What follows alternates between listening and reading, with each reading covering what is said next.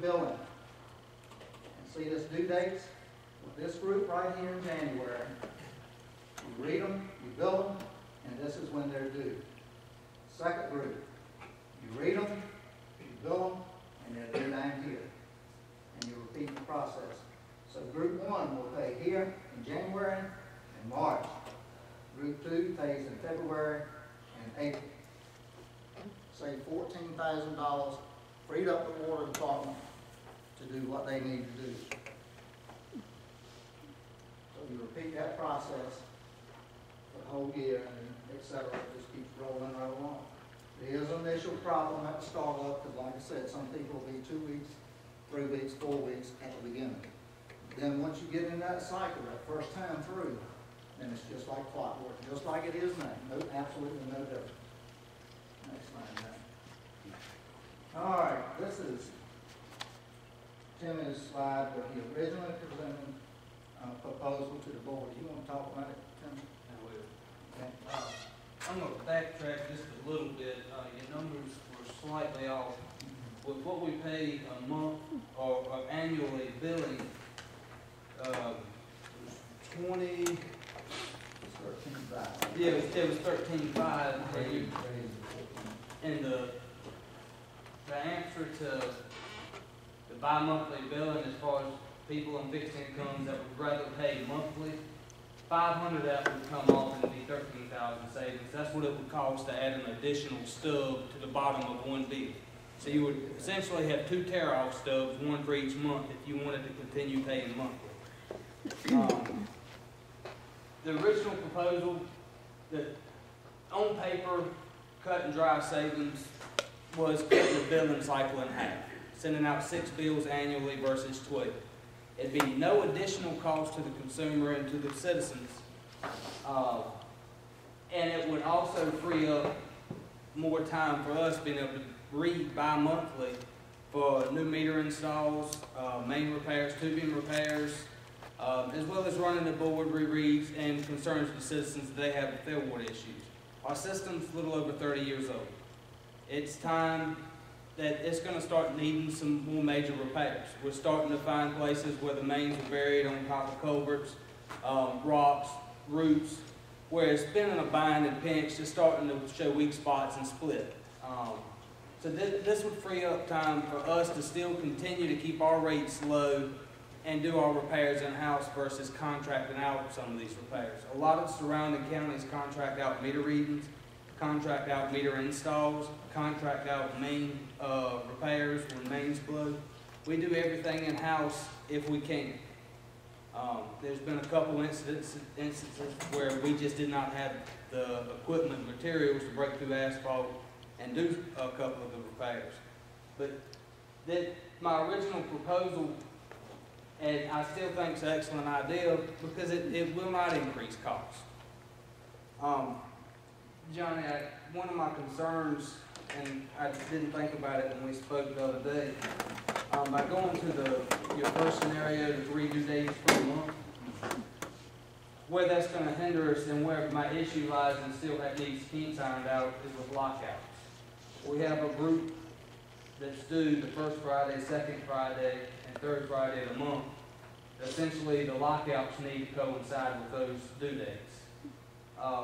Instead of freeing up time for us in that route, it would actually take up more time. It would. That's what option 1 does. Right. Well, option 2 with the bi-monthly reading and still having the 3 due dates, you're still kind of you're stretching it out, eating up 3 different days. Even though the numbers are cut in half, the lockouts will be cut in half, but that's still something that's going to have to be addressed within 5 to 10 days after that due date. I think one of the better options would, if we do go to bi-monthly, where you had into 5 books, maybe separate it into 4 books, and try to narrow that down to 4 books in the county. And I've already went through the numbers. I can tie book 4 and 5 as the one book, which would be a Hosford, Sandy Cross area, and up to this point in Gatesville. I could tie them 2 together, and that would give us 4 fairly uniform numbers, because right now book 4 and 5 are our smallest books in the county, which is the Hosford, east side of Sunbury and that side of the county. It's still populated, but it's more spread out, and that would equal the numbers out. And do 2 books, read every other month. And do half of the county due on the 1st and 2nd of the month. Or the 2nd and 3rd. Just have 2 separate billing cycles per month. Rather than 3. If you do 3 and stretch it out too much, you're going to offset the purpose of buying more time for us to do repairs and routine maintenance, meter installs and such. And you're going to tie it up, and that way you're still cutting your due dates in essentially quarters.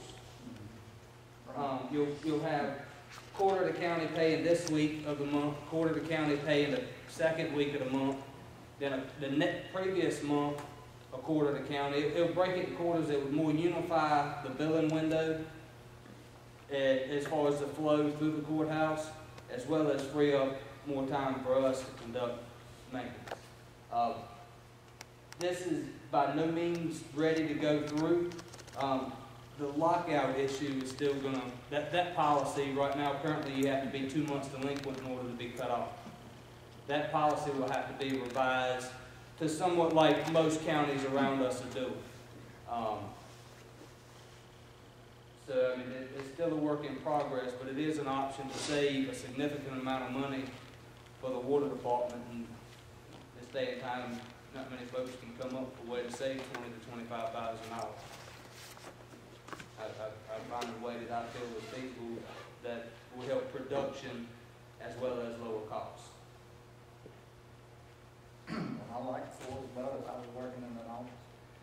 If you go to 3 due dates a month, it's going to get so complicated and confusing that one I think it's going to cause more issues than help. All right. Especially from a production standpoint on my side. All right, I got this one from Renee. We were worried about some things. This, the average monthly bill is 33, and I didn't mean this whole thing now, but I will take that up on it. $33 the average monthly bill. And the solid waste part of it, 18 and 15, make it 33. So they're actually paying $15 a month for solid waste, which is a fixed number that the state, I think, is $180 for it comes to. So now you're looking at $66. Now, I ask you the question again. When is your property tax bill due? Once a year. And it comes on Christmas. Mm-hmm.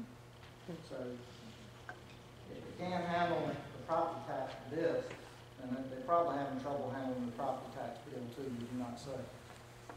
I would think so. So that's something that is a debatable thing. Could be something that we work on. But I don't want to insult the intelligence of people to manage their money. And if they are having a hard time, are you really doing them a favor? You know, God asked all of us to help people. But sometimes we don't do the things we do to really help people. The main thing you do for someone is learn them how, or teach them how to help themselves through knowledge, money management, and giving them things when they need it. God commands us to do that. All right, so this goes back to the first. Go to the first option we have, do the bi-monthly billing, 12 months, and then let's do like Timmy said, rather than have 3, let's just have 2. So you can do that first and third and help that situation that he's talking about. Very easily done. But basically, that's what you're doing. All right, good? All right, now this one is when you separate them into the bi-monthly in 2 different groups. And you help yourself tremendously because you got this group